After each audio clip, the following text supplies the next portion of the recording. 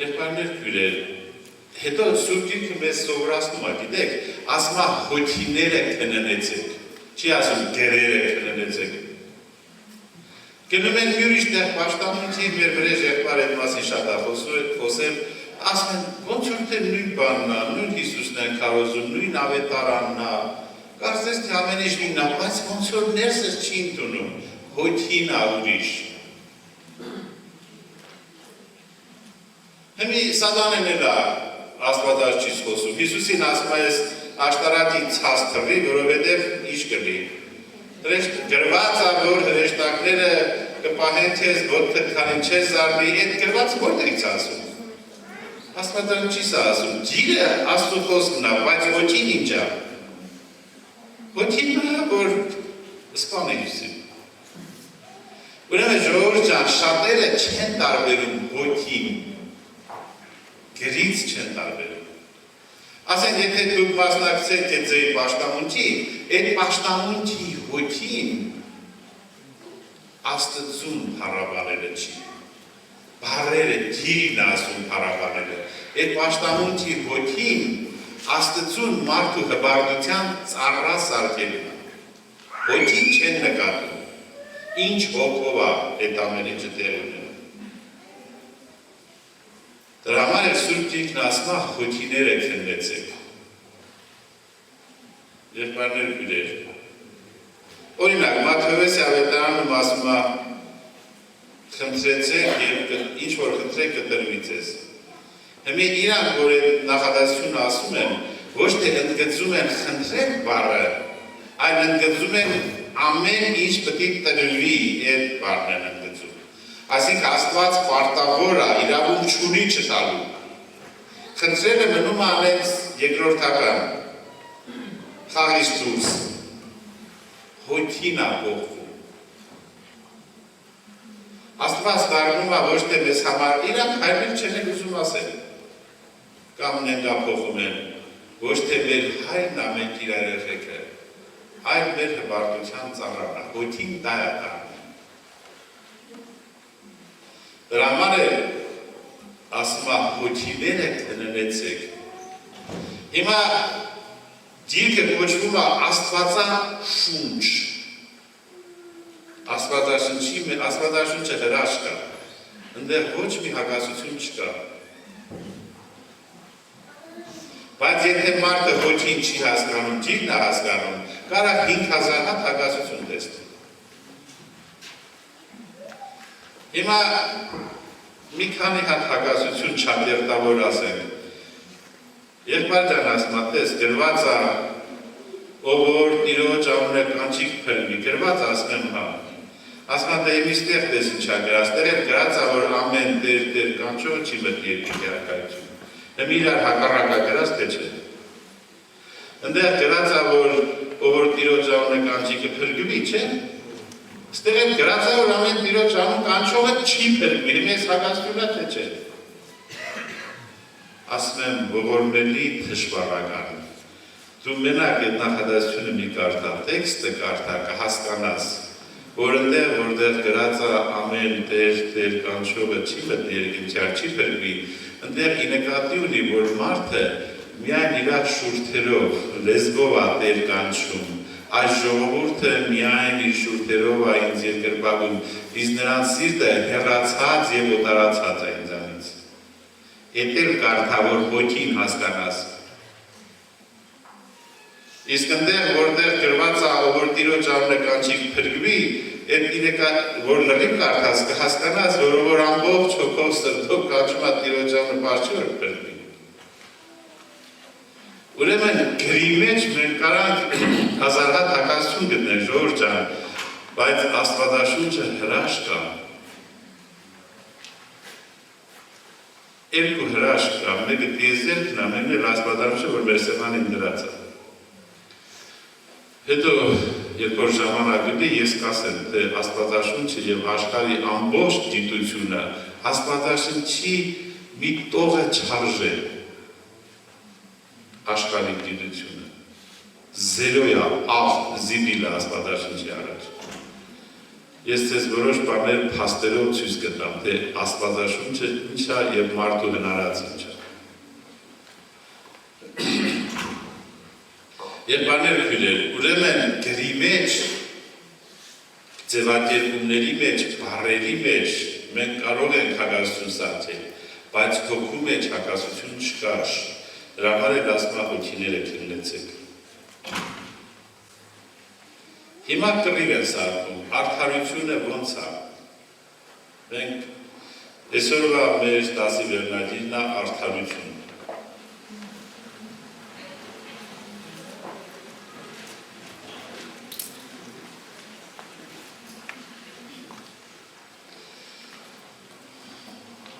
Ով է արդար։ Դու իհարկե ժողով ջան, այս մասին շատ ախոսվել, վերջը երկու տեսակետ կա, որոնց են։ Դու խոսքը վերնագրերն են գործերով արդարություն և հավատքով արդարություն, չէ։ Գործերով արդարությունը ասում է, որ ես ցուցակը տված է, մի կողանա, մի շնանա, սուտ մի խոսա և այլ, այս ցուցակը պայեցին արդար ես, չպայեցին մեղավոր ես, չէ։ Էսա։ Սա օրենքով եղած արդարությունն է։ Հավատքով եղած արդարությունը ասում է, որ եթե մարդը իր սրտում հավատում է, որ Քրիստոս մեղրերից հարություն է արել, այսինքն դա ինչ է նշանակում, որ երկնային կյանքը երեսմանում չի հետյան, չի իրական տես կյանք է, որ մարդը կարա ապրի ոչ միայն մարդ-մարդ հարաբերությունների մեջ լուծվելով ու կորելով, այլ մարդը կարա ապրի Աստծու կյանքով, կարա Քրիստոսը իր կյանքով, որ հավատում է Աստծու խոսքերին, որ Հիսուսն է կյանք։ Այդ մարդուն Աստված համարում արդար, որ չի հավատում համարում անարդար, մեղավոր։ Հենց սա հավատքով եղած արդարությունն է, նաև օրենքով եղած արդարությունն է։ Հիմա որն է ճիշտ, որն է սխալ, մենք այս հարցերի մասին որոշել ենք այսօր զրուցել։ Բայց ես զրույցը սկսում եմ թվացյալ հակասությունից։ Հակոբոսը երկրորդ գլուխ 24 համարում ասում է, որ մարդ գործերով կարդարանա ու ոչ թե միայն հավատքով։ Հակոբոս 2:24 ասում է, որ մարդ գործերով կարդանում, ոչ թե միայն հավատքով։ Ուրեմն Հռոմեացիս 3:26 ասում է, այսինքն իր արդարությունը այս ժամանակի մեջ ցույցնելու համար, որպեսզի ինքը արդար լա եւ արդարացնե Հիսուսին հավատքեն Եղողը։ Կարդում ենք նաև գրել Գաղատացիս 2:21. Ես Աստծո շնորհքը չեմ խափաներ, վասնզի եթե արդարությունը օրենքեն էր, ուրեմն Քրիստոս պարապտեղ մեռավ։ Այսինքն ասում է, եթե գործերից էր, օրենքից էր, գործեր ասելու նկատի օրենքի գործերը կատարել։ Այդ դեպքում ասում է, օրենքը կար, թող մարդիկ կատարեին արդարանային, ինչ իմաստուն էր Քրիստոսի կանը։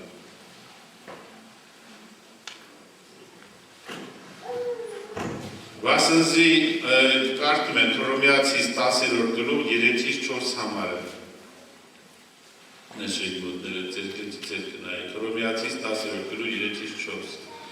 Վասնզի անոնք Աստծո արդարությունը չճանաչելով, խոսք Իսրայելի մասին է, իրենց արդարությունը հաստատել ուզելով, Աստծո արդարությանը չհնազանդեցան։ Քանզի օրենքի վախճանը Քրիստոս է ամեն հավատացյալի արդարության համար։ Եսայի մարգարեություն 61:10 համար։ Ես Տիրոջմով մեծապես պիտի ցնծամ ու իմ հոգիս իմ աստծմովս պիտի ուրախանամ, քանզի ինձի փրկության հանդերձներ հագցուց, զիստ արդարության պատմուճանով ծածկեց։ Ուրեմն Սուրբ Գրքում շատ տեղ է գրած, որ արդարությունը հավատքով է։ Հակոբոսի թղթում էր գրած է, որ կարդացինք, չէ՞ արդեն, կտեսնեք, որ մարդը գործերով կարդալն է եւ ոչ թե միայն հավատքով։ Սուրբ Գրքում շատ տեղեր գրած է, որ գործերով չի արդարությունը, հենց հավատքով է, հատկապես գործերով չի, Պողոսի թղթերի մեջ գրած է։ Հակոբոսի թղթի մեջ գրած է, որ կտեսնեք, որ մարդը գործերով կարդալն է ոչ թե միայն հավատքով եւ այնտեղ գրած է, որ ինչպես որ մարմինը առանց հոգու մեռած է, այնպես էլ հավատքը առանց գործերի մեռած է։ Հիմա նայեք ինչ եմ ասում։ Հիմա մարդկանց թվում է, թե դա հակասություն է, բայց ոչ մի հակասություն դեռ չկա։ Պատկերացրեք, որ ասենք Կարմելի հոտը այդպես ճանապարհով գնում է։ Եվ երկու հովիվ, մեկը աջ կողմն է կանգնած, մեկը ձախ կողմը, որ ճանապարհից դուրս չկա։ Մեկն էլ հետևից է կանգնած։ Հիմա Կարմելը եթե ձախ կողմ է շեղվում, Ելի հետով ես կողմ անում, որ ես յան գանում։ Եթե աջ կողմ են շեղում, նա էլ ես կողմ անում։ Հիմա եթե դրանց քեդերի շարժումները նայեք, իրար հակառակ են թվում։ Բայց երկուսի նվադագներն են, որ գարնելու ճանապարհից դուրս չկա։ Հիմա փորձենք հասկանալ երբաներ քուրեր։ Անարակ որդին, որ եկավ հորտուն, Հերը իհարկե տեսավ այդ պատմություն ձեզ ծանոթ է եւ այլն ես չեմ ուզում մանրամասների մեջ մտնել, հայրը իրան առաջինը ինչ հարցրեց։ Պատմուճանը դա ինչ է։ Արդարության խորհրդանիշն է։ Եվ հետաքրքիր է, ժողովուրդ ջան, որ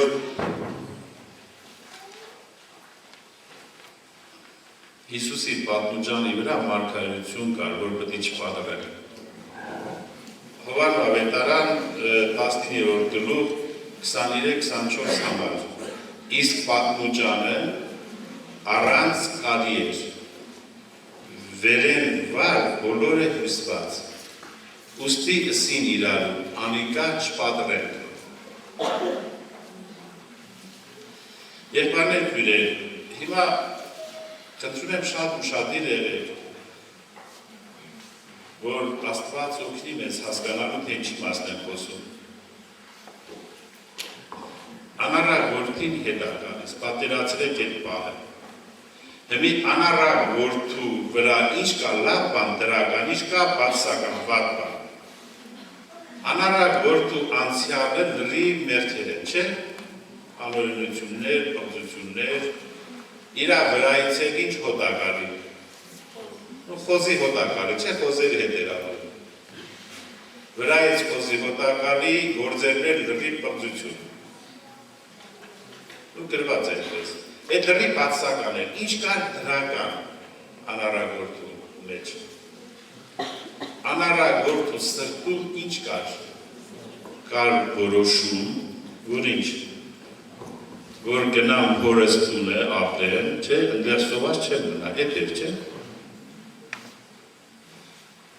Շատ ուշադիր եղեք, ինչ կար բացասական և ինչ կար դրական։ Բացասականը նա էր, որ իրա գործերը պահավոր էին, չէ,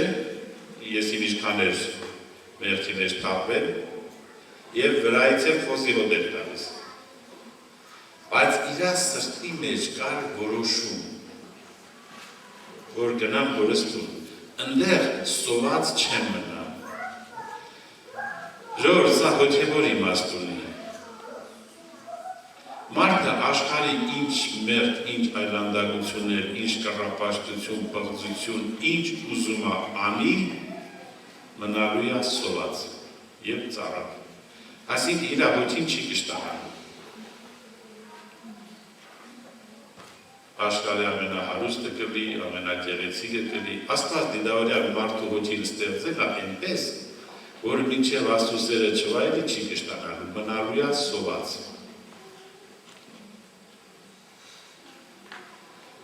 Բայց մի մարդը աշխարհի մի պղծությունից ուտում է չի կշտանում, մտածում է, որ մի ուրիշ պղծություն հնարի, որ կշտանա։ Ինքը չի հասկանում, որ ինչ է անի սոված է մնալու։ Ինչքան ուզում է հարուստների սոված է մնալու, ինչքան ուզում է Սոդոմի ու չգիտեմ Գոմորի մերթերի մեջ խմբի սոված է մնալու, ինչ անի սոված է մնալու։ Մարդ հետպես չի հավատում, մարդը հավատում է, որ աշխարհում մարդ հարաբերության մեջ ուտելիք կա, իր հոգու սնունդ ընդեղ կա։ Օրինակ Իսահակյանը հասկացել էր այդ բանը ժողովրդյան, որ ինչ անի մեգա սոված է մնալու։ Մի անգամ Իսահակյանը գրել էր, որ ասում էր, ես ձեզ ասում եմ, կքա ոգուսով և դու կքաղցեք ճող սեղանի մոտ, լրբելի ծաղրով արհամարեցիք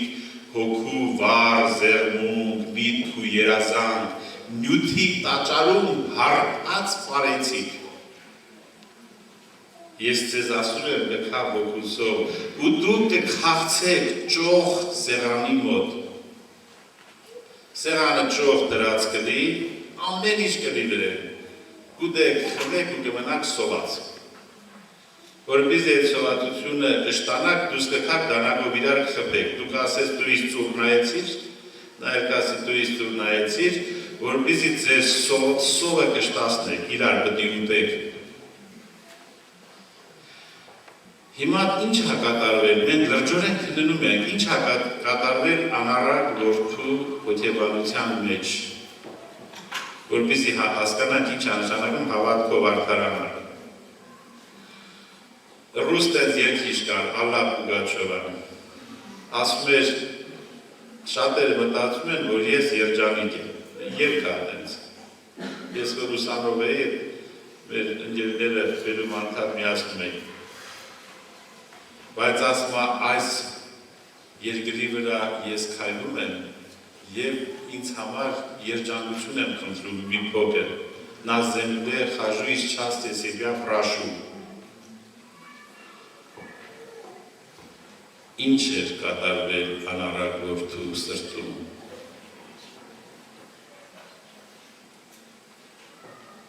Նա հավատացել էր, որ ինչ ուզում է անի, աշխարհի ամենամեծ փառավորը լի, ամենամեծ ջերեսկուհին, ամենահարուստը, ինչ ուզում ալի, այդ մարդկային հարաբերությունների այդ աղմուկի մեջ ինքը կմնա սոված։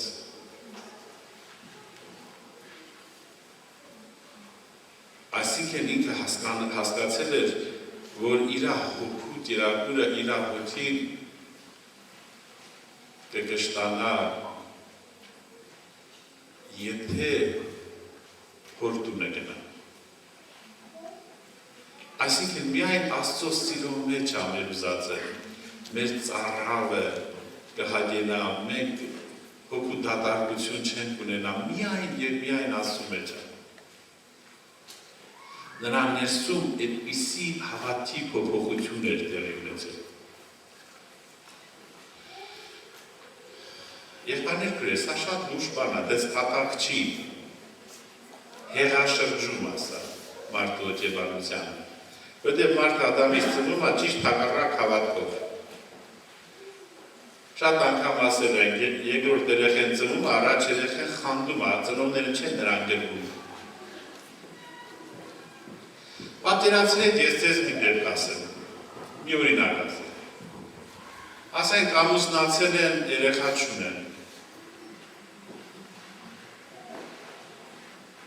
Ոնց է դա երկար տարիներ։ Իհարկե մենք դա չենք համարում նորմալ բան։ Մենք համարում ենք, որ պետք է ամուսնացել են, այդ ընտանիքի երեխաներ ունենան։ Ու մենք գտնում ենք, որ կարելի է պատճառը վերացնել և անպայման այդ հարցը լուծվի։ Բայց մի հատ եղբոր հետ ես խոսում եմ, արտասահմանում եք եղել ստեղել։ Ախպեր ջան, ասում ես ինչ մերդ եմ գործել, էլի որ սենց հաստացվել։ Ասում եմ եղբայր ջան, դու կարող է ֆիզիկական որևէ արարք չես արել, ասենք պետով չես դրվելի գլուխը ճարտել,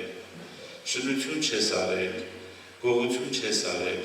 բայց դու հոգևոր աշխարհում մեղք ես գործում։ Ասում այ ախպեր ջան, ախր ասա էլի, ասա հասկանամ, ինչ մերջ եմ գործում, կուցավը տանեմ ասմա, ես էլ հրաժարվեմ, աբաշխարեմ, թող այդ հարցը լուծվի։ Ասի ասեմ լավ, որ խոսակցություն այդպես սրվել, բանը հասել ատեղ, ասեմ։ Ասի հիմա դու ինչ ես մտածում, ոնց ես հավատում։ Հավատում ես, որ երեխա ունենաք, կհայտնվեք դրախտում, ճիշտ է։ Եթե չունենաք, կմնաք դժոխքի մեջ, ճիշտ է։ Ինքը լրեց։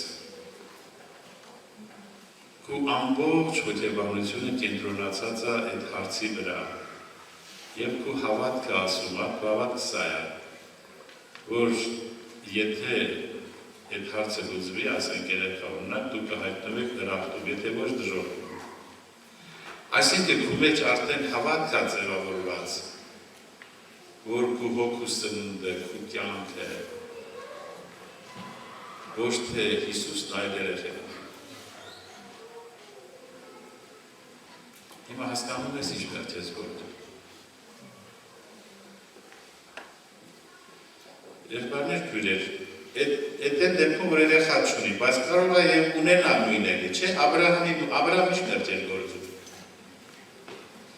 Ինչի հիմար Աստված Աբրահամին ասավ Իսահակին տալ Մորիայի սարը զոհալ։ Որովհետև Աբրահամի հոգեբանության մեջ իր հոգու սնունդը, հոգու ծառավը հագեցնելու ջուրը, իր պաշտամունքը կամաց դառնում էր Իսահակը, մարդ հարաբերությունը, իր հավատը։ Աստված ընդհանրեն է մի զորություն է, որ կողքից պետք է օգնի իր հասկացած կյանքը վայելելու։ Այստեղ արդեն դու չես հավատում, որ քո կյանքը Քրիստոսն է, դու մերժում ես Աստծո որդու։ Հիմա հասկանում ես ինչպես ես գործում։ Որևէ ֆիզիկական գործողություն չես անում։ Մեղքը սկզբում կատարվում է մարդու հոգեբանության մեջ, հետո նոր դառնում է արտաքին ֆիզիկական գործողություն։ Մարդը որ վեճին սպանում է, սկզբում իր սրտում է սպանում, ատում այդ մարդուն, հետո նոր հրացանում կրակում։ Կարող է հրացանով կրակի ու այդ հրացանը չաշխատել մարդը չմեռնի, բայց այդ ինքը մարդասպան է, չէ, որ այդ իր սրտում որոշել էր սպանել։ Երբարներ քույրեր, հիմա ինչ է կատարվել անառակ որդու սրտի մեջ։ Նա հավատացել էր, որ բացի հոր տանից ինչ անի սոված ամենալու։ Բայց այսօր մարդ այդպես չի հավատում, չէ։ Այնտեղ ինձ ասում էին անեկդոտ կար Ամերիկայում, ասում է չփորձեք սիրահետել գեղեցկության տանից դուրս եկող աղջկա։ Դեռ կա գեղեցկության տուն, որ գնում են այնտեղ սիրուցնում են։ Ասում է կարող է պարզվի, որ դա ձեր սեփական տատիկն է։ Այսինքն ձեր տատիկին այնպես կսիրուցնեն, որ քեզ կտվա 17 տարեկան աղջիկա, դու էլ ջայր տղա ես, ուզում ես սիրաշ ճարես։ Հիմա Ժորժ ջան, այդ մարդը չի այդ անում։ Ինչի մարդու, ես տատ քննադատելու մարդ չեմ ասում, Ժորժ ջան։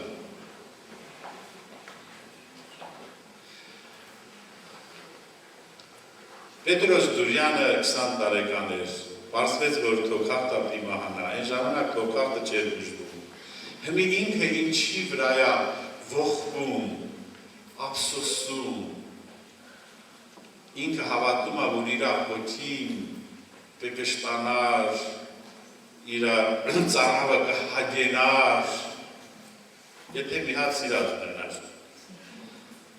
Մարդ հարաբերության մեջ կհագենար իր ծառավը, կկշտանար, բայց այդպես 20 տարեկան դիմերնի։ Եվ սարսափելի բողոք ու տրտունջ աստծուտեր։ Այդ տրտունջքը դպրոցում սովորացնում էին, բոլոր երեխեքին անգիր ենք սովորացնում։ Բայց հաջորդ օրը Դուրյան ապաշխարել էր, պատերազմում էր եւ գրել էր զղջում։ Գրել էր երեք երկբախ քրտնանց մեջ սև մրակ մկառների։ Դեր Աստված ես ինչ արեցի ես, ներողություն էր խնդրել։ Զղջումը ոչ մեկին չեն սովորացնում։ Քանի որ երկիրը աթեիստական էր, տրտուշկը բոլորին անտիսովորացնում էին։ Եվ սովորացնում էին նաև իր այդ ոտանավորը կոչում էր լճակ, ասում այն չու ապշած են լճակ ու չեն խայտար քվալյա, միթե հայլգուտ մեջ անցկավ գեղուհի մենայեցավ։ Այսինքն ինչ ա ուզում ասի, ասում մեկը չսավ սատղին, պատրենք սիրտը տրտմադին, հոն հրդեկա ոչ մատյան, այսինքն հիվանդա ասեցին, դալուկա, կմերնի, չգիտեմ, լսել են, որ թոքավ տար։ Բոլոր աղջիկները արհամարեցին իրան և ինքը մնաց հոգին ծառավ ու դադար։ Ուրեմն ինչ ահավոր հավատքա չէ, որ այդ մարդ հարաբերության մեջ եթե գեղուհիմը իրան նայեր ու կհայտնվեր դրախտում։ Սա հավատքա հասկանում եք ժողովուրդ ջան։ Մենք որ ասում ենք Հիսուսին հավատանք, մարդիկ բոլորը սարսափելի հավատացյալներ են, ահավոր, ես նաև վախենում եմ դրանց հավատքի ուժից, բայց Հիսուսին չեն հավատում, ուրթերին են հավատում։ Եղբայրներ քույրեր, ողբերգությունը Եդեմական պարտեզում գիտեք երբ տեղի ունեցավ։ Երբ որ Սատանեն խոսեց մարդու հետ, ինչ ասավ Սատանեն։ Ասավ աստվածներու պես կլինեք և չեք մեռնի, այսինքն ձեր կյանքը ձեր փառքն աստվածների պես լերն է, մարդ հարաբերության մեջ երկրպագություն ընդունելն է, մարդը ոչ մի գործողություն չի անում, ասպես կանոնած զրուցում է, բայց այդ զրույցի ժամանակ իր ներսում ինքը Սատանի խոսքերին հավատաց, այդ հավատքից հետո ինչ կատարվեց, այդ ծառի մոտով ինքը անցել էր էլի չարի բարեգիտության ծառը, բայց այդ ծառը դες մագնիսական բան չուներ իրան քաշելու, չէ՞։ Աշկին հաջել երևար, թիմթին խաղցել, մեղքը տենց զորություն չուներ իր համար, զել էր տենց, 100 անգամ անցել տարել էր կողքից, բայց երբ որ հավատաց, որ կյանքը հարթի մեջ հասնում է, չի արդեն մեղքը ահավոր զորություն ձեռք բերեց։ Հիմա եղբայրներ քույրեր, եթե ես իսկապես չեմ հավատում, որ մարդկային հարաբերությունների մեջ իմ հոգու ծառավը հագեցնելու ջուր կա և սնունդ կա ուտելիք, ես դետալեք դրան չեմ հավատում։ Ինչ ինձ մեջ պետք է ձգտում էլի։ Եթե ասենք 20 տարեկան աղջիկը հավատում է, որ իր կյանքը Քրիստոսն է, մարդ հարաբերություն իր համար հայված հաչեղած, ինչի պետք է խելագար ձգտումը իր մեջ ամենասիրուն երևալու։ Ինչի է այդ ձգտումը, որովհետև ինքը մտածում է, որ Երևանում մեջ կյանք կա, չէ՞։ Այսինքն այդ իր հավատքից է բխում, չէ՞, մնացած քայլերը։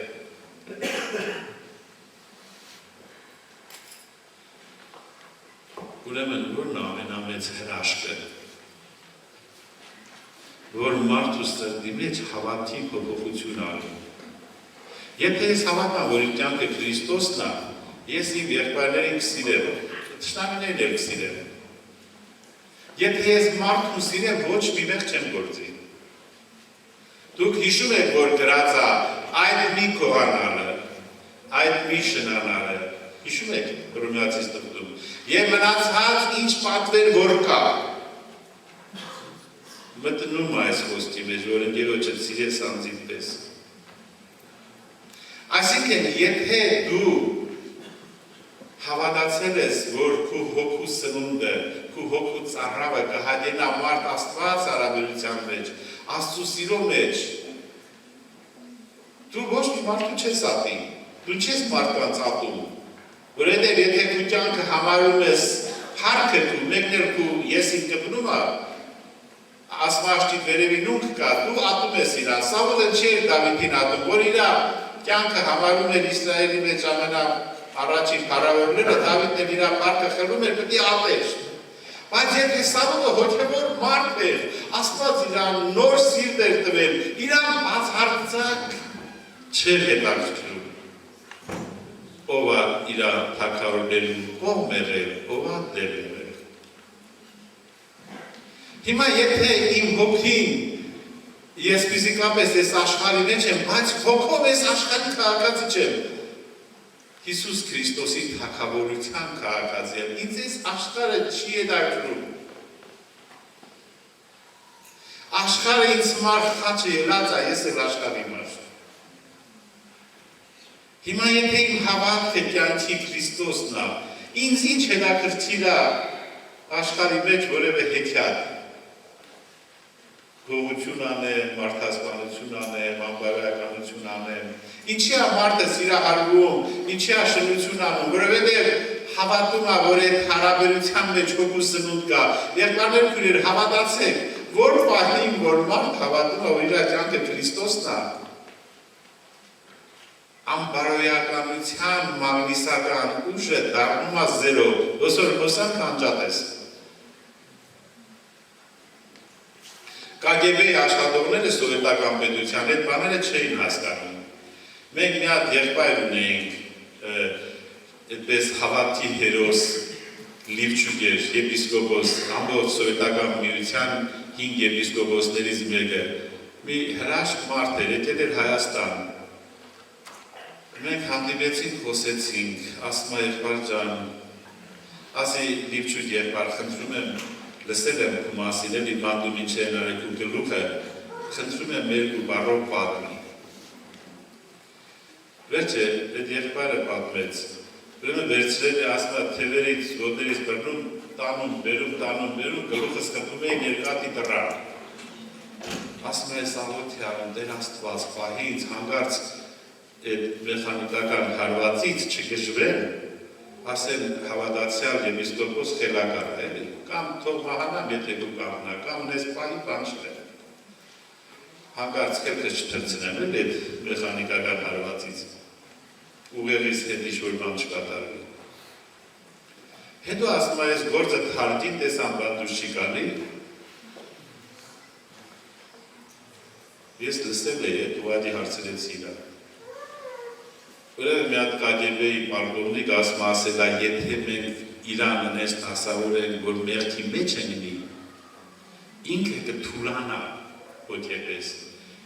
Ասենք Իրան ինչ-որ բաներ ինֆորմացիա են հարցնում, ինքը չի ասում եղբայրների մասին էլի։ Եկեղեցու մասին հարցեր են տալի, չի պատասխանում։ Այս KGB-ի պարտողնիկն ասում է, որ եթե ինքը մեղքի մեջ լինի, ինքը կթուլանա, էլի ու արդեն կկոդրենք իրան։ Վերջը որոշում են,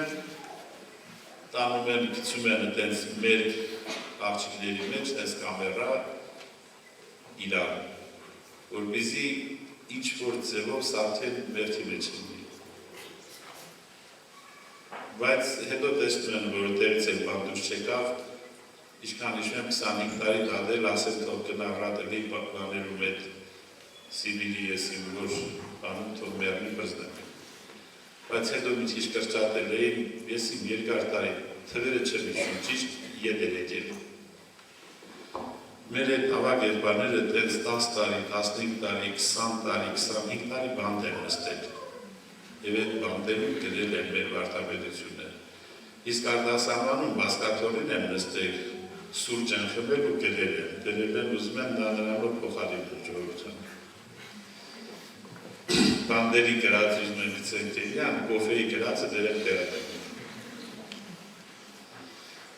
Ուրեմն եղբայրներ քույրեր, ես ինձ զրուցում եմ, ասում է եղբայր ջան, եթե մարդը հավատում է, որ իր կյանքը Քրիստոսն է, մարդը այլևս հավատք չունի, որ մարդ հարաբերության մեջ ինչ-որ բան կա, այլևս այդ մեղքի մագնիսական ուժը, ոնց որ հոսանք անջատես, անջատում է զերո է, մեղքը ոչ մի իշխանություն չունի մարդու վրա։ գոյություն Աստծու, որ դուք ատեն մեղքի ծառայիք,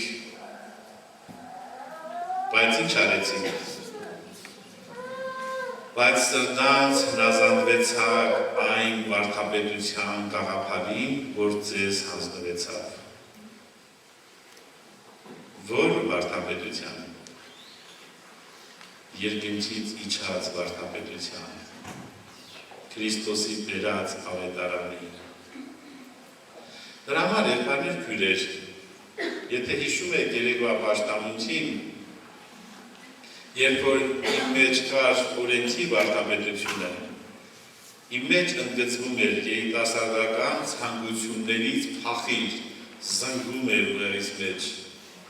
70 թիվ, 71 թիվ, փախիր,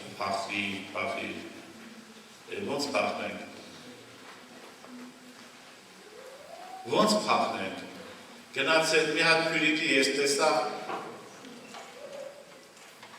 դենամ երկու ձեռ գլուխը բռնած նստած, զգացի որ շատ վատ ազգում, հետև է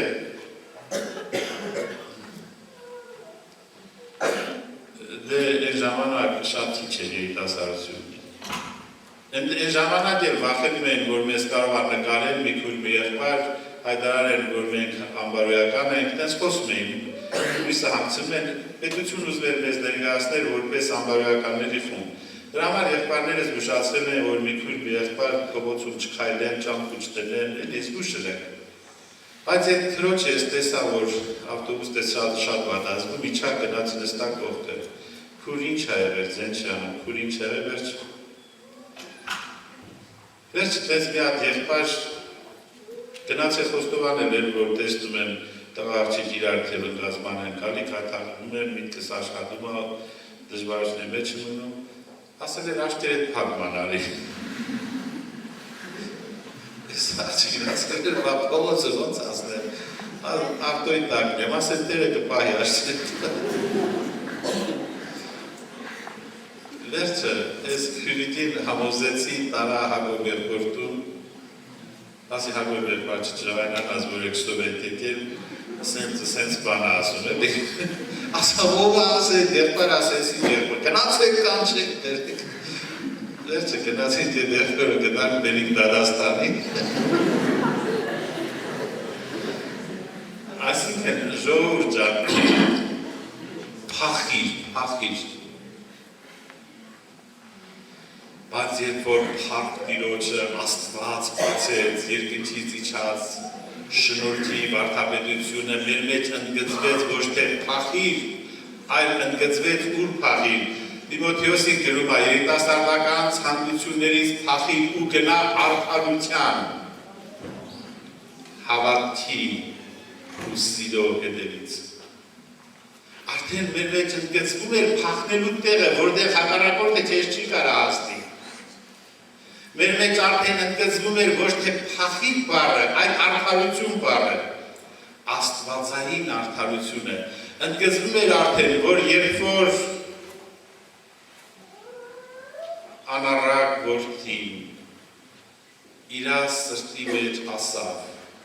գնամ հորս տուն, այնտեղ սովար չեմ մնա, այսինքն հավատաց, որ իրա հոգին կուրախանա Աստծու սիրով, որ ներկայությունով, իրա ծառավ ընդեղ կհագենա, այսինքն նոր կտականի լեզվով ասած հավատաց, որ իրա կյանքը Քրիստոսն է, այդ պահին հայրը իրան հագցրեց պատմուճան։ Բայց մենք կարդացինք համարների մեջ, որ պատմուճանը ինչ էր, առանց կարի էր, այդ շատ կարևոր բան է։ Եվ հատուկ մարգարեություն կար, որ պատմուճանը չճղեցին, կտոր չարին։ Հիմա լսեք ուշադիր, ժողովուրդ ջան։ Օրենքի գործերով եղած արդարությունը կտոր է։ Օրինակ, մեր Գագիկ եղբայր արդար է թե մեղավոր, հիմա սկսենք ցուցակը։ Գագիկ եղբայր ծխում ես չէ, հայհոյում ես չէ, հարբում ես չէ, ահա ահագին կտորներ եղավ։ Ու չեմ ուզում երկարացնել, ես անում ես չէ, հենց բերենք, ես բոլորը միացնենք, կարենք իրար, դարձնենք պատմուճան, Գագիկ եղբորը հագցնենք։ Աստվածային արդարությունը ասում արգագի կերպար, դու հավատում ես, որ քու հոգու սնունդը, քու հոգու ծառավը, քո ուրախությունը, մարդկային հարաբերություններից դուրս Աստծուսն է, Հիսուսն է, դրան հավատում ես։ Եթե հավատում է Աստված Քրիստոսի արդարությունը իրան պարգև է տալիս։ Էնի կտոր չի, մեկ ամբողջություն է, ասում է Հիսուսի պատմուճանը առանց կարի էր, կտոր չէր։ Եկարներ քրել, մենք բոլորս արդարությունից քննություն ենք տալու։ Երբ որ դպրոցում ես ուսուցիչ եմ, քննություն ենք ընդունում, երեխուն նշանակում են 2, 3, 4, 5, այսինքն վատ, բավարար, լավ, գերազանց, որ մենք Աստծո առաջ արդարությունից քննություն տանք 2 գնահատական կա, կամ վատ, կամ գերազանց։ Եթե Քրիստոսի արդարությունը մեր վրա է, գերազանց է։ Եթե մենք հավատում ենք, որ մեր կյանքը Քրիստոսն է, արդարության քննությունից գերազանց ենք ստանում։ Աստված իր որդու արդարությունը պարգև է տալիս, գրված է այդպես Հռոմեացիս 5-րդ գլուխ 17-18 համարներում, պարգև է տա։ Եթե մենք չենք հավատում, որ մեր հոգին կշտանա միայն Աստծո սիրուց եւ խոզի լափը մարդկային հարաբերությունների մեջ ուտելիք չկա, եթե մենք մնում ենք հին հավատի մեջ Ադամից ժառանգած, ինչ ռեկորդ անենք, ինչ չարագործություն անենք, ճգնավորության ինչ հեքիաթներ սարքենք, եթե մեր սրտում Աստծո որդուն որպես կյանք մերժում ենք, Աստված մեզ համարում է մեղավոր։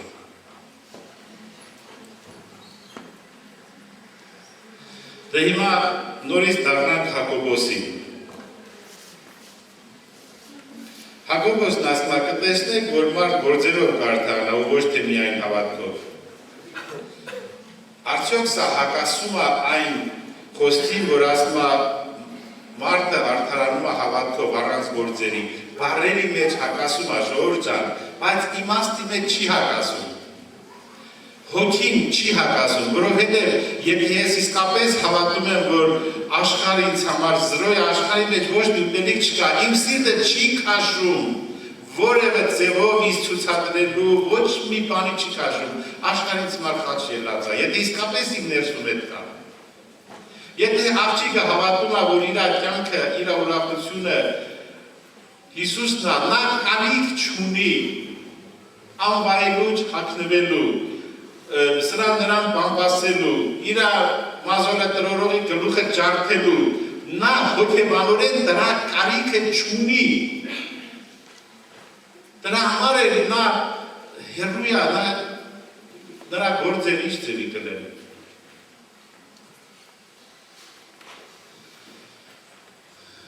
Նա նախանց չի, մարդը, նա Եղբայրներ քուրեր, երկու ընկեր ասեցի, գնացել եք, մեկը մի քիչ լավ էր գնահատական երևի, մեկը վատ, նախանցից դնել ժամացեր դրե, որ արուն է թույնավորվի մերն է այդ մարդը։ Ինչի, որովհետև որ իրանից բարձր է իր սիրտը ճակում է, չի դիմանում։ Ինչի, որովհետև իր հավատն է։ Բայց եթե մարդը հավատում է, որ իր կյանքը Հիսուսն է, մարդկային հարաբերությունը ինքը մոռանում է,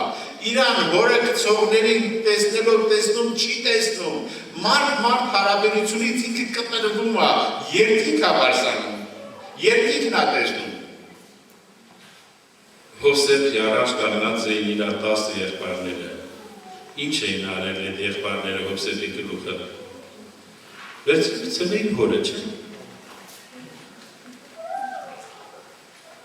Հիմա այդ 10-ն իր դեմը կանգնած են, ինքը ինչ է տեսնում։ Այդ 10-ին է տեսնում, թե ուրիշ բան է տեսնում։ Այդ 10-ը ասում են, մենք ու դեմ մեր գործեցինք, հորեկցինք, Աստված մեզ պատժեց, խոսում են։ Հովսեփն ինչ ասում։ Հովսեփն ասում է, այ աղբերներ ջան, Աստծո ծրագիր կար, որ Քանանում սով պետք լիներ, Եգիպտոսում էր ցոր, Աստված ծրագիր արել, որ ես կամստեմ Քանանին հաց ուղարկեմ։ Քանի դու ինձ ինչ է կարել, հաստատ ծարել, ես ասում ծրագիրն է, այսինքն Հովսեփ իր խոսանը գալիս էր են, որ ոնց ոչ մի բան չի կարել դու։ Որովհետև Հովսեփը Աստծուն էր տեսնում։ Իրան այդ մարդ հարաբերությունը չէր հետաքրքրում։ Հիսուսը խոսում էր Պիղատոսի հետ։ Պիղատոսն ասել դու չես հասկանում, որ ես ուզենամ իշխանություն ունեմ, քեզ խաչը հանեմ եւ իշխանությունն եմ քեզ ազատել։ Ես էլ քեզ հարց եմ տալի, դու առհամարում չես էլ ուզում լայակ չես անում, հետս խոսած պատասխանել չես տալի։ Ինչ ասավ Հիսուսը Պիղատոսին, հիշում եք։ Ասավ դու իմ վրա ոչ մի իշխանություն չէի ունենա, եթե վերևից չես տրված չլներ։ Եթե թարգմանենք մեր այսօրվա լեզվով, ինչ է նշանակում։ Դանի այն Պիղատոս ջան, դու ով ես, ուսակալ ես, ինչ ես, եղած, չեղած, զերո ես։ Ինչ որ Աստված թույլ է տալիս է պետք է ձեր, դու ով ես դեռ։ Հիմա եթե մարդը իր կյանքը ասուետ է կապված, մեկ իր ոտը տրորել, ինքը հասկանում որ Աստված է թույլ տվել, այդ մարդուն ինքը չի տեսնում, ոչ էլ մեղադրում է։ Դրա համար որ մարդը հավատում է, որ իր կյանքը Քրիստոսն է, այդ հավատքով իր սիրտը սրբվում է, այդպես գրված է Գորգ Առաքելոցում։ Ուրեմն մարդը, որ լրջորեն հավատում է, որ իր կյանքը Քրիստոսն է, իր սիրտը փոխվում է այս աշխարհից, այս աշխարհում ինքը բաժին չունի, այս աշխարհում ինքը հետաքրքրություն չունի, այս աշխարհը իր համար խաչ ելած է։ Այդ ձևի մարդը կվազի մեղքերի մոտից։ Այդ ձևի մարդը ոչ թե անտարբեր է, զզվում է մեղքից։ Այդ ձևի մարդու գործերի մեջ իր հավատը երևա, թե չի երևա։ Երևա։ Ուրեմն գործերն էլ հետ է կլեն։ Իսկ եթե մարդը ասում է, ես հավատում եմ, որ Աստված կա, բայց իրականության մեջ ամբողջ հոգով տրված է մեղք ուտելուն, մեղքի մեջ կյանքը դրելուն, ասում է հավատում եմ, Հիսուս ինքը ճիշտ է։ Մի անգամ մի հատ տղա եկավ Թալին ասում է, գիտես, եղբայր ջան, մենք ինչ գործ ենք արել ես մի շաբաթվա մեջ, ասում ինչ ես արել տղա ջան։ Ասում է Ռաֆիի հետ գնացինք ես ինչ ջուղ ես ինչ ռայոնը 3000 հոգու մեղավորի աղոթքը կրկնել տվեցին, 3000 հոգի մեղավորի աղոթք արեցին, ասեցին մենք մեղավոր ենք Տեր մեզների, ինչ հոգևոր գործ ենք արել։ Ժողովուրդ ջան, ասում է, որ Տեր Հիսուս կա երկրի վրա հավատք կգտնի արդյոք։ Հավատացյալներ պարզա կգտնի, չէ՞։ Բայց կգտնի մարդ, որ իսկապես հավատում է, որ իր կյանքը Աստծո սիրո մեջ է եւ աշխարհի մեջ ոչինչ չկա, պես մարդ կգտնի, թե չէ։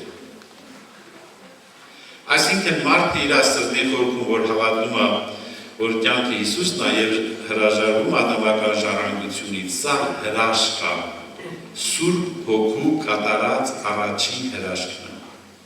Երբ որ Սուրբ Հոգին կա աշխարհը կհանդիմանի մեղքի համար, մեղքի, որ ինձ չհավատացին։ Հիսուսն եկել ասում է, ես եմ կյանքը, մարդ ասում է, սուտ ես ասում, կյանքը դու չես։ Ես շատ լավ գիտեմ կյանքը որն է, եթե դու զորություն ունես, արի պայմանագիր կապենք, իմ հասկացած կյանքը վայելելու համար ինձ օգնի, բայց կյանքը դու չես։ Էդ ասում մարդը։ Եղբայրներ քույրեր, ես ուզում եմ, որ Աստծո խոսքը մեզ տերի հրաշքի։ Երեք դուք լսեցիք, չէ՞ վկայություն, որ ատելությունը փոխվեց սիրո, չէ՞, այն քույրիկը որ վկայեցի շմեք։ Հիմա պետք է աղոթք կանենք, այս աղոթքի մեջ է ոչ թե հնարավոր է պարտադիր պետք է հրաշք լինի, որ այսինքն որն է հրաշքը, ժողովուրդ ջան։ Ես նկատի չունեմ նյութական հրաշքները։ Հրաշք պետք է լինի աղոթքի ժամանակ։ Եթե մենք աստվածային արդարությունը ընկալում ենք, համարձակ մոտենում ենք շնորհած աթոռին։ Եղբայրներ քույրեր, ես չեմ խոսում են մարդկանց մասին, ովքեր ասում են ես օտարները սիրել եմ եւ հույս չկա, ես չեմ թողնել ես քուրքերը։ Ես իրաց մասին չեմ ուզում խոսալ։ Թող Տերը ողորմություն անի իրենց։ Ես չեմ ուզում խոսալ այն մարդու մասին, ով որ չի ուզում դարձի գա։ Թող Աստված ողորմություն անի, որ հասկանա, որ եթե ինքը մերժում է, դժոխք կա գնալու։ Եթե խավարը սիրում է, լույսներ հատում է, չի ուզում կա ասում ինքը կորսվելու է։ Թող Տերը ողորմություն անի եւ դարձի գան այդ մարդիկ։ Ես այդ մարդկանց մասին չեմ խոսում։ Ովքեր սիրում են խավարը, հաշտ են մեղքի հետ, ես այդ չեմ ասում։ Ես ասում եմ այն մարդկանց մասին, ովքեր իրանց սրտում անառակ որդու նման որոշել են, որ միայն հոր տանը կարելի է կշտանալ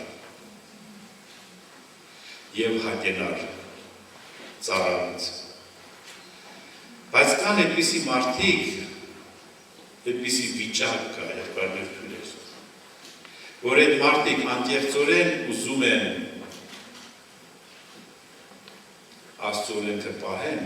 բայց պարտվում են։ Ես այդ մարդկանց մասին եմ խոսում։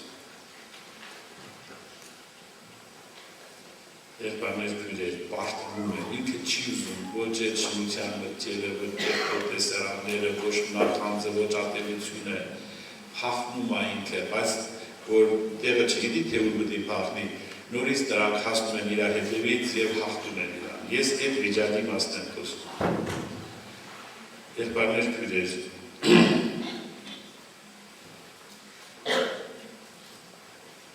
այդ պարտված վիճակում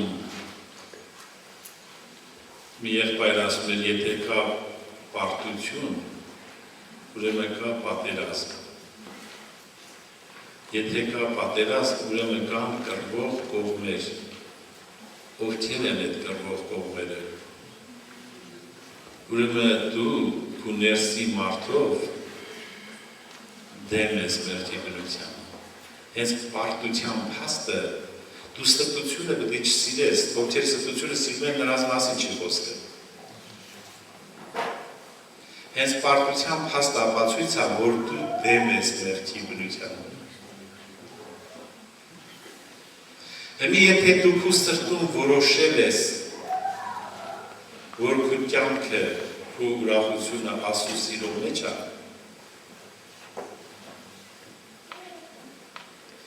Աստված քեզ պարգև է տվել։ Գիտեք, բժշկության պարգև, մարգարեության պարգև, հոգեքննության պարգև, հազար ու մի պարգևներ Աստված ուզի տա, ուզի չտա, մեր գործը չի։ Բայց երկու պարգև կա, որ բոլորս պետք է ունենանք, որոնց են այդ պարգևները։ Մեկը արդարության պարգևն է, մեկը կյանքի պարգևն է։ Որ պահին, որ դու քո սրտում որոշել ես, որ այս աշխարհի մեջ ուտելիք չկա քո հոգու համար, Հիսուսն է, այդ պահից Աստված քեզ տվել է արդարության պարգև։ Հիմա դու որ երեխա ես, մանուկ ես հոգևոր, խաբար չես ինչի դերես։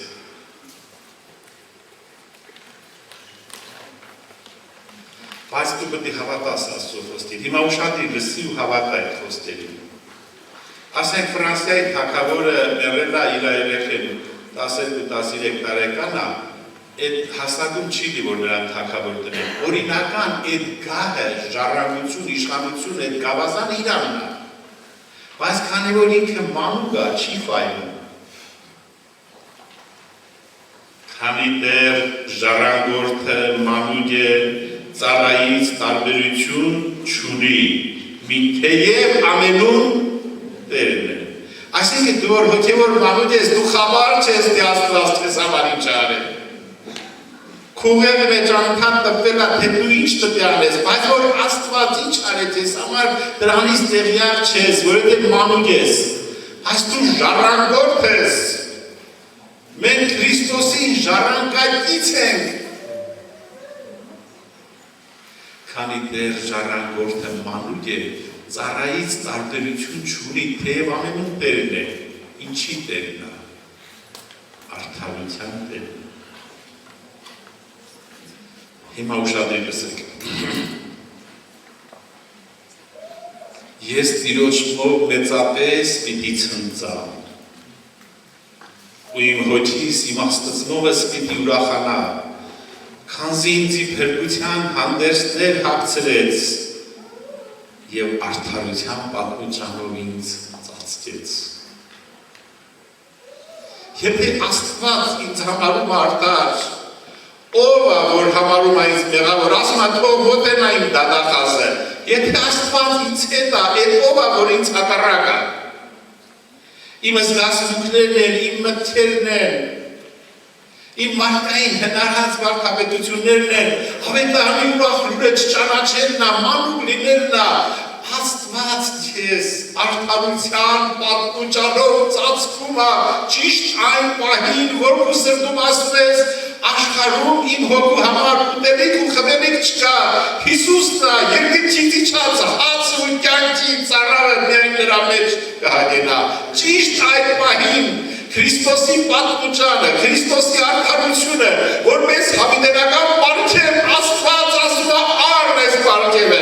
այդ պարգևը քոնն է, դու դրա տերն ես, բայց որ մանուկ ես, դու չես վայրում, թե ինչի տեր ես, բայց երբ որ հանգարտ Սուրբ Ոգին բացում է քեզ, դու հասկանում ես, թե Աստված քեզ համար ինչ անում, ինչ է արել, ասում է իմ հոգին, իմ Տեր Աստծնովը պիտի ցնծա։ Ինձ արդարության պատմուճանով ծածկեց, ոչ թե ցուցակների արդարությամբ, օրենքների, ցուցակների, որոնք կտոր են, այլ մեկ ամբողջությամբ ես ընդունեցի, որ Հիսուս, դու ես իմ կյանքը, Աստված այդ հավատքին որպես պատասխան պատմուճանը հագցրեց ինձ և հայտարարեց արդար։ Եվ երբ որ ես ընկալում եմ այդ, որ ես պատմուճանը հագա, ոսկի մատանի, կոշիկներ և սեղան, պարար զվարակ Հիսուսի խորհրդանիշներ, երբ որ ես ընկալում եմ, որ ոչ թե պետք է ցուցակները ես պահեմ, արդարանամ ու նոր արժանի լինեմ, այլ ճիշտ հակառակն է։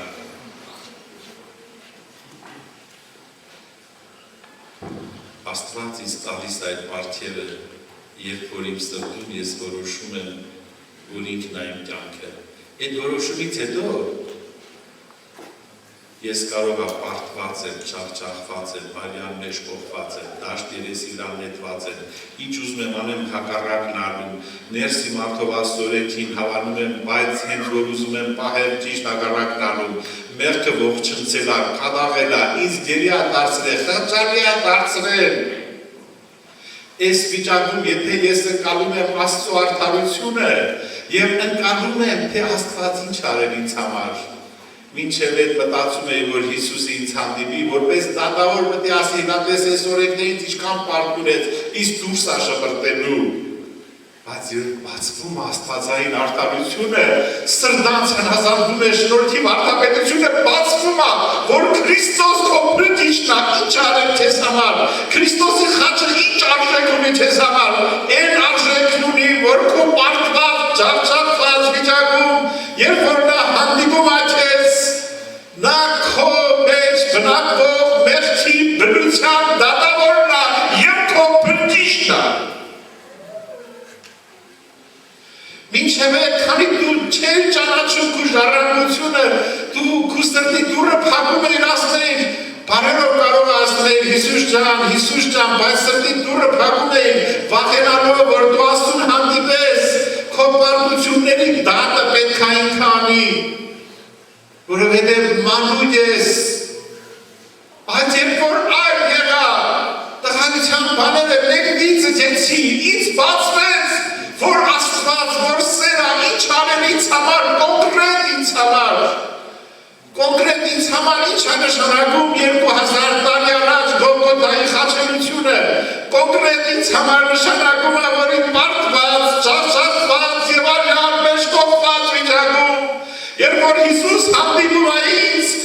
մեղքի բնության դատան, որը բնակվում է իմ մարմնի մեջ եւ ապականում է իմ հոգեվոր աշխարհը,